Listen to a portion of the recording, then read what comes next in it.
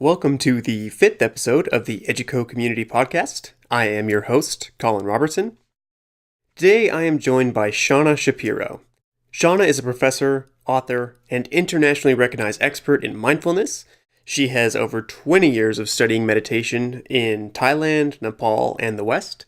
She has also published 150 journal articles and chapters and co-authored the critically acclaimed texts The Art and Science of Mindfulness, as well as Mindful Discipline, a loving approach to setting limits and raising an emotionally intelligent child. Today, her and I talk about mindfulness in our own lives, how it can help us respond to failures, how it can be applied to education, and how it can be applied to the corporate world. Now, I feel like I need to preface our conversation by highlighting mindfulness in the response to failure, because this is actually my second conversation with Dr. Shapiro. Our first conversation, I made a mistake. I lost her entire part of the recording, and she was kind enough to do the whole thing over again. But in the midst of that failure, it was really hard to give myself the kind of self-compassion that Dr. Shapiro recommends. I turned to beating myself up over it and feeling incredibly guilty and shameful about how did I make this stupid mistake. But that gave me a great reminder of just how important Dr. Shapiro's teachings are. Because failure is an inescapable part of doing anything new, of growing. You can't get rid of failures. And the more you beat yourself up over those failures that you can't do anything about at this point, the less likely you're going to be to actually learn from them. And Dr. Shapiro and I discuss the actual science behind that principle in our conversation today. But without further ado, here is my conversation with Dr. Shapiro. All right, I'm talking today for the second time with a very gracious Shauna Shapiro. Shauna, how are you doing today? I'm great, thanks. Great. So I know you go into this in your TED Talk, and you just have just a wonderful story about how you found mindfulness in the first place. So I would just, for anyone who hasn't seen it yet, just tell us a little bit more about your story and how you found mindfulness. Well, what's interesting is I didn't share it in my TED Talk, but I actually learned to meditate when I was about 5 years old with my father, who was a big meditator. And he sat me down and he said, picture you're sitting under a busy highway. And he said, and there's these cars racing over your head. He said, these cars are like your thoughts. What you want to do is you want to see the car, right? Orange car, red car, blue car, but you don't want to climb in and drive away. He said, same thing with your thoughts. You want to notice your thoughts, but you don't want to climb in and drive away. So at 5 years old, I understood nothing of what he said and never meditated again. But when I was 17, I had this major back surgery because of scoliosis. And it came very unexpectedly. I was, kind of this healthy, active teenager, star of my volleyball team, and about to go and play in college. And all of a sudden I had to have surgery, which prevented me from, ever playing again. And it was a very challenging time, and I really didn't have the tools to cope. And so during that time, I really began searching for something that could help. And it was really during that period of searching that meditation came back into my life. And I ended up going to Thailand and Nepal once I had healed from my back. And while there, really deepening and discovering mindfulness and meditation and really this whole path. Great. So when you were at the monastery, what kind of things did you take away from it? Well, it was really interesting because when I arrived at the monastery, I didn't actually know much about meditation or mindfulness. And kind of my only instruction from the monks who didn't really speak any English, and I didn't really speak any Thai, but they told me to focus on the present moment and to train my attention by feeling my breath come in and out of my nose. So I sat down, I began, very determined, very earnest. And what I noticed as I tried to feel my breath is that no matter how hard I tried, my mind kept wandering off. And I started getting really frustrated because I thought, if I worked hard, then it should work out and that I would be able to do it. But no matter how hard I tried, my mind kept wandering off. And I started to get really frustrated and to really judge myself. What's wrong with you? I thought I was a terrible meditator. Why am I even here? And then I started judging all the monks. Like, why are they just sitting here? Shouldn't they be doing something? And yeah, it was not a highlight. But luckily, a monk from England came who spoke English, and as I kind of shared with him my struggles with mindfulness, he looked at me and he said, "Oh dear, you're not practicing mindfulness." He said, "You're practicing judgment, impatience, frustration." And then he said these 5 words that I've never forgotten. He said, "What you practice grows stronger." What you practice grows stronger. And, we know this now with neuroplasticity. Our repeated experiences shape our brain. So we can actually strengthen and sculpt our synaptic connections based on repeated practice. And, this doesn't just have to do with meditation or mindfulness. This is the way that the brain and human beings work. So if you look at taxi drivers, the visual spatial mapping part of their brain is bigger and stronger because they've been practicing navigating all the streets. And if you look at the brains of meditators, the areas associated with attention, because you're learning how to train attention, but also with compassion, with emotional intelligence, with empathy, grow bigger and stronger. And so what he explained to me that if I was meditating with judgment and frustration and impatience, then I was probably just growing judgment, impatience, frustration. So he helped me understand that mindfulness isn't just about paying attention. It's also about how you pay attention, right? It's your attitude.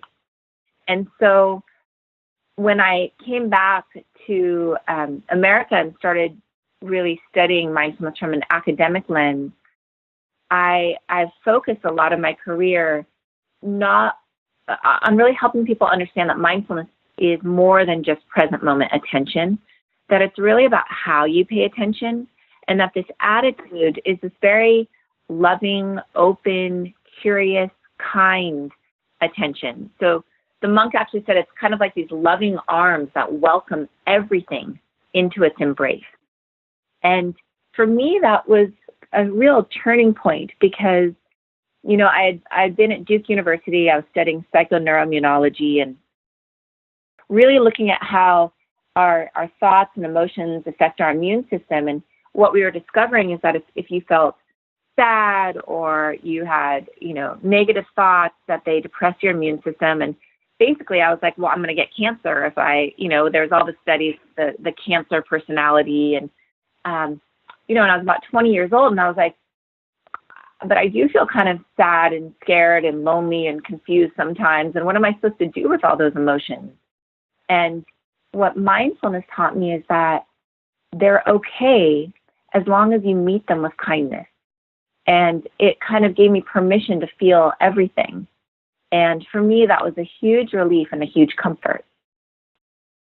And so instead of essentially approaching those types of emotions with judgment, you were able to say, this is okay, and kind of embrace them, like you said, like a hug. Exactly. And for me, mindfulness is very much about seeing things clearly. That's actually what the word means, see clearly. But the way that we do this is to pay attention with kindness, to kind of pay attention, like you said, with a hug, where there's this sense of whatever I feel or experience is okay. And when you open yourself to that, then you're willing to truly see things clearly. And so this attitudinal piece of mindfulness is, I believe, what's most important. Otherwise, if I'm just paying attention, I can do it in such a harsh, judgmental way that I'm just cultivating those neural pathways. So I know you are a psychologist, and I know that this obviously applies to us on a personal level. Where else do you believe that mindfulness has room to grow in our society? Yeah, well, it's interesting. It's really taken off in psychology. There's been, thousands of studies showing the impact of mindfulness on depression, anxiety, panic disorder, substance abuse. It's been really extraordinary in its helpfulness and its benefit there. And we're just starting to explore the different possibilities of introducing mindfulness in education, in parenting, in business. And what we're finding is that, yes, it reduces stress, and yes, it reduces anxiety and depression, but it also cultivates these really important skills and capacities that are essential for learning, for growth, for change, for the workplace.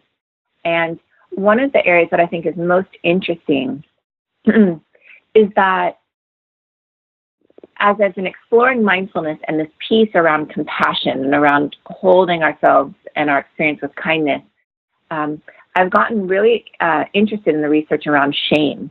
And what has been discovered is that when we feel shame or self-consciousness or judgment from others, that the areas of the brain that have to do with learning and growth shut down.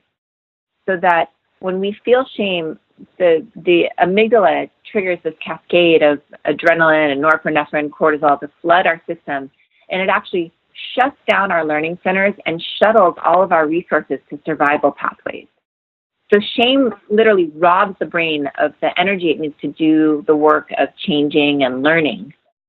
And how mindfulness comes in is that I think it provides this incredible alternative to shame, so that when we see something clearly, that we've made a mistake or that we've hurt someone or we've acted in a way that we don't want to, instead of shaming ourselves or judging ourselves, we can see it with this kind attention and actually have the possibility of changing. Because what kind attention does is, first, it gives us the courage to look at those parts of ourselves that maybe we wouldn't want to look at, right? Because if we know that we're going to shame and beat ourselves up, then we're like, oh, I don't even want to go there. It's too scary. But if we know that we're going to, it's kind of like if you're a little kid and you come to your parent and you tell them you made a mistake and they yell at you, you're not going to do that again. But if you come to them and you say, Mom, I'm so sorry I spilled the milk, and she says, okay, sweetheart, let's clean it up, then you're more likely to share. So it's the same with ourselves. So if we can pay attention with kindness, then we're more likely to look at those parts of ourselves. And second, when you pay attention with kindness, it actually bathes our system in dopamine and turns on the learning centers of the brain. So it actually gives us the resources we need to change. And so I think that the implications for parenting, for education, for the workplace, how we motivate our employees, and, is really profound. And it's a completely radical approach to think that when we make a mistake or when we see parts of ourselves we don't like, to actually be compassionate as opposed to beating ourselves up. That brings up an interesting point. So with shame, should you, like we talked about anger and sadness and stuff like that, and you should embrace those with a hug. Would you do that with shame as well? Absolutely. So if you, let's say you make a mistake, or let's say I'll use one from my own life, is that sometimes I'll get angry at my son. I'll just get frustrated and, he won't clean up his room or clear the table or whatever he's supposed to do. And maybe I'll snap at him or I'll yell at him in a way that is not what I would expect or hope for from a mindfulness teacher. And so then, I have two choices. One is I can shame myself and beat myself up and go into this kind of negative spiral of how I'm not a good mom and I'm not a good meditator and all this stuff. Or I could take that same energy and first just feel my genuine remorse, right? The pain of causing harm, and bring kindness to, oh, sweetheart, you're in pain. You don't, that's not how you want to treat your son. And because of your good heart, you're feeling pain right now. And instead of going into shame, first bring kindness to myself and then have that same energy to go and feel things with him instead of sitting in my room kind of, shaming myself. And so it frees up our energy to actually go and repair what is needed. Absolutely. I mean, that solved a very important problem in my mind. I bought into a lot of the mindfulness practices for years now, but now I still had that thing of oh, I shouldn't feel shame and I shouldn't feel like this. I should approach it through curiosity.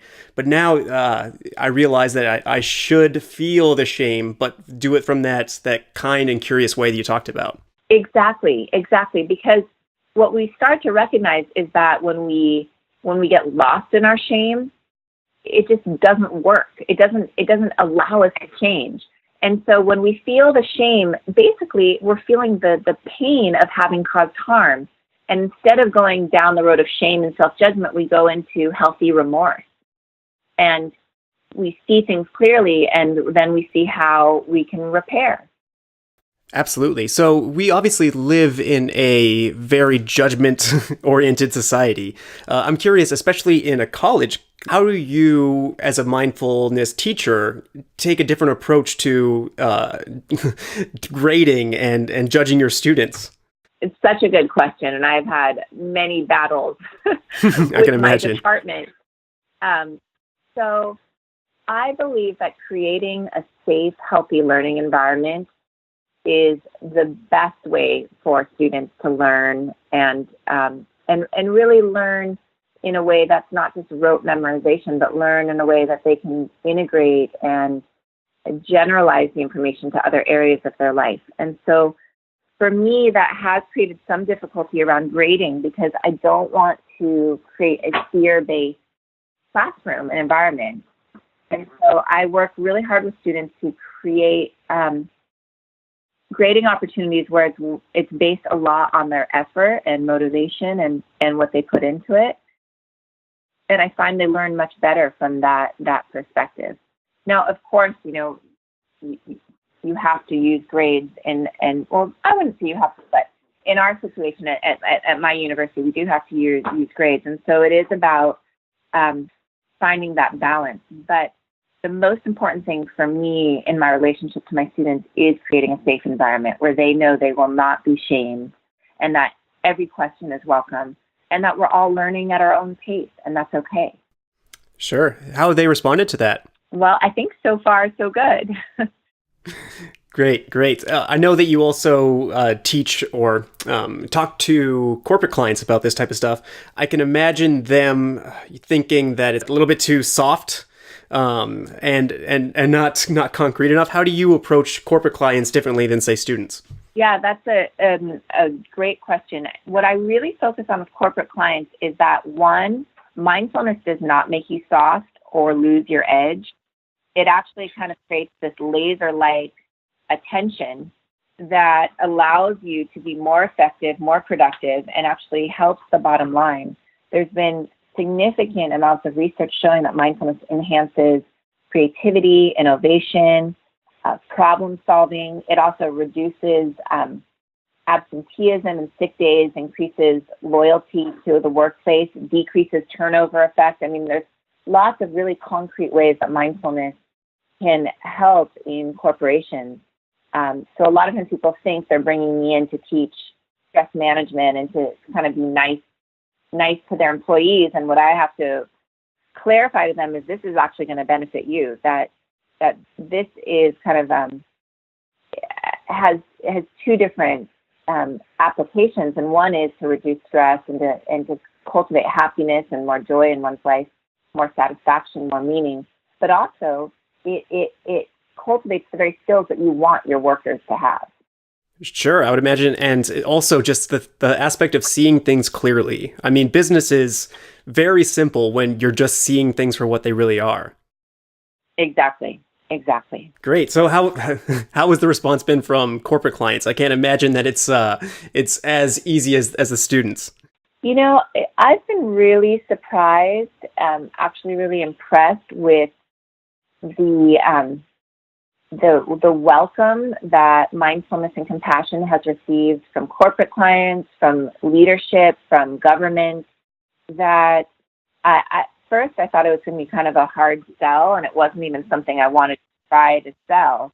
And what's been extraordinary is the response, the openness, the welcoming.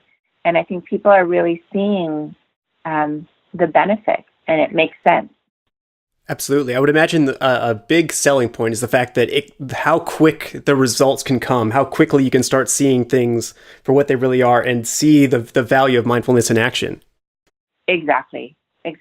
And I think the corporations are really seeing that there's kind of real demonstrable impact from very, very small shifts that they're making.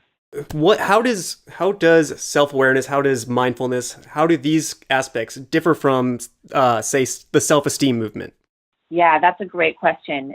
So there's been a lot of research on the kind of the differentiation between mindful self-compassion and self-esteem.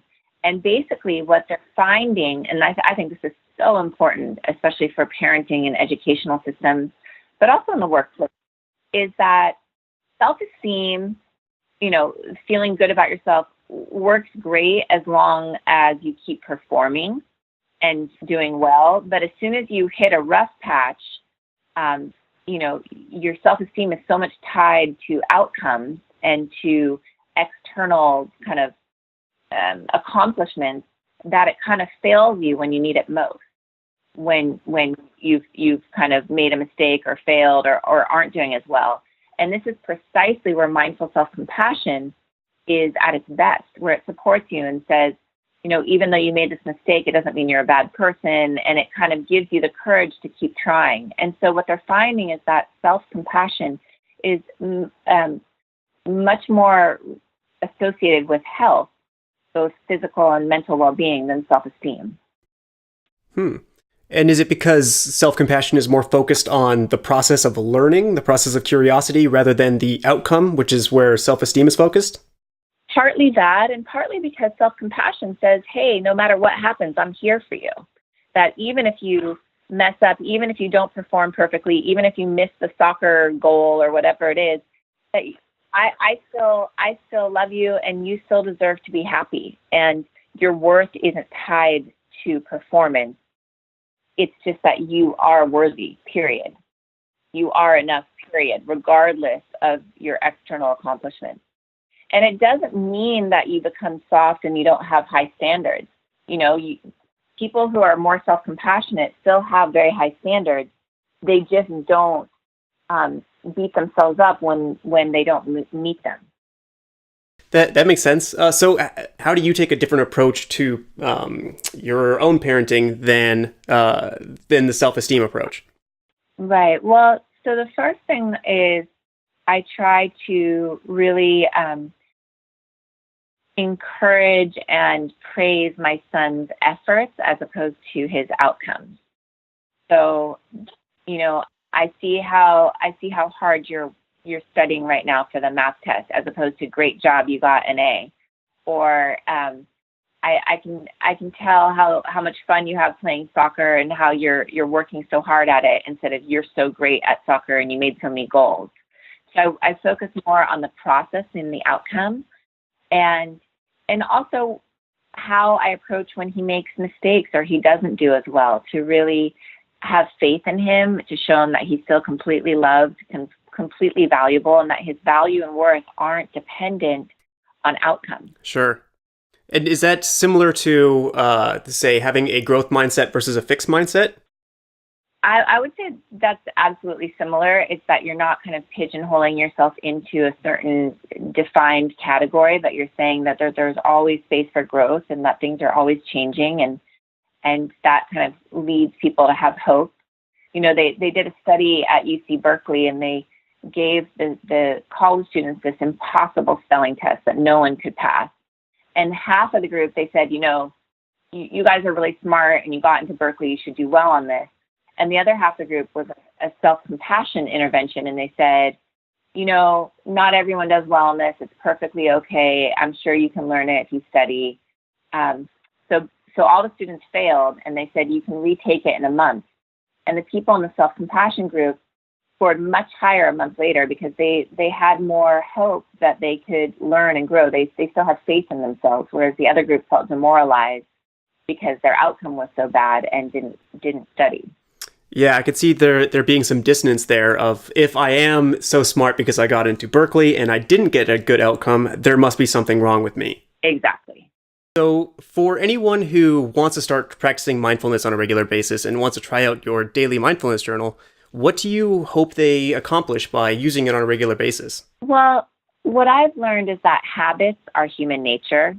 That's just kind of how we work as human beings is we develop habits. And so you might as well develop habits that are healthy and good for you. And so I think the intention behind this is to help people really cultivate this self-compassion, this mindful awareness on a daily basis so that it becomes part of their life, so that they start carving out these neural pathways of presence and kindness and openness. And it starts translating into kind of their lived experience. And it takes practice, right? That what you practice grows stronger.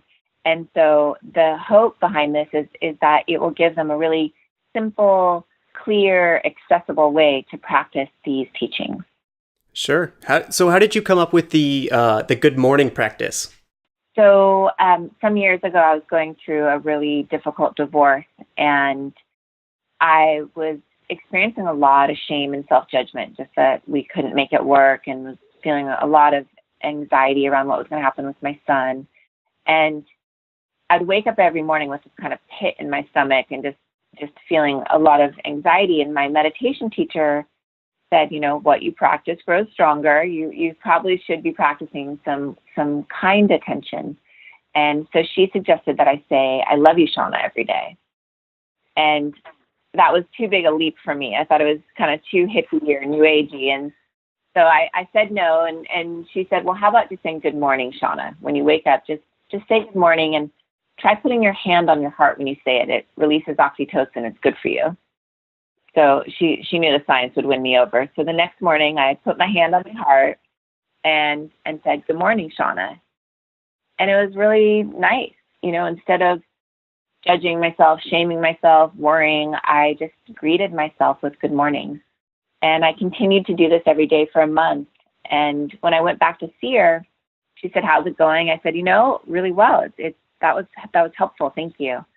She said, wonderful. You've graduated. Now the advanced practice. Good morning. I love you, Shauna. So I went home the next day, put my hand on my heart. Good morning. I love you, Shauna. I felt nothing, maybe a little embarrassed, but definitely not love.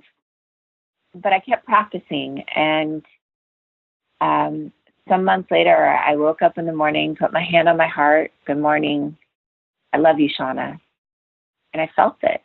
I felt my grandmother's love. I felt my mother's love. I felt my own self-love. And, I wish I could say every day since then has been this miracle of love, and I've never felt judgment or shame again. And that's not true. But what I will say is that this pathway of self-compassion, of kindness is growing stronger every time I practice. And what I hope for people in engaging in this practice is that they start to awaken to their own self-compassion, their own kind of their own best parent. That's how I think of it, is that I'm kind of reparenting myself. And when something hard in my life happens, or when I'm not feeling well, instead of kind of beating myself up, that I'm able to hold myself in this warm embrace of mindfulness. Sure. Yeah. I've been doing the practice for about a month now as well. And it certainly felt weird and awkward at first for me.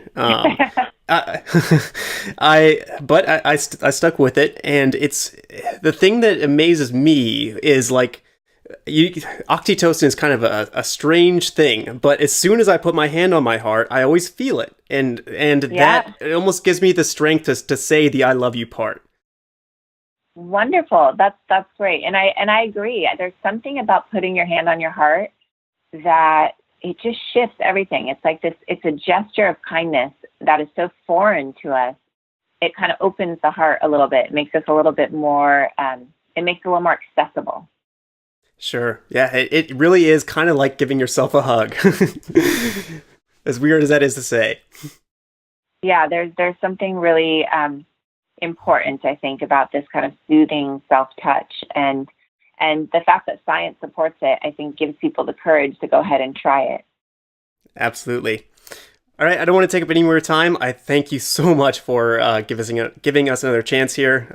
And is there anything else you want to tell people before you sign off today?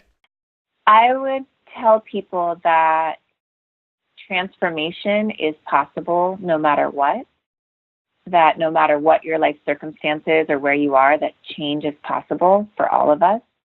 And the only way it happens is to begin. That was my conversation with Dr. Shauna Shapiro. You can learn more about Shauna by checking out her TED Talk, The Power of Mindfulness, What You Practice Grows Stronger. You can start implementing her ideas by using the Daily Mindfulness Journal at educocommunity.com, or check out her website, drshaunashapiro.com. That's it for this week. Be sure to subscribe to the Educo Community Podcast to listen to more conversations with me and the TED Talk experts that I get to talk to on a weekly basis.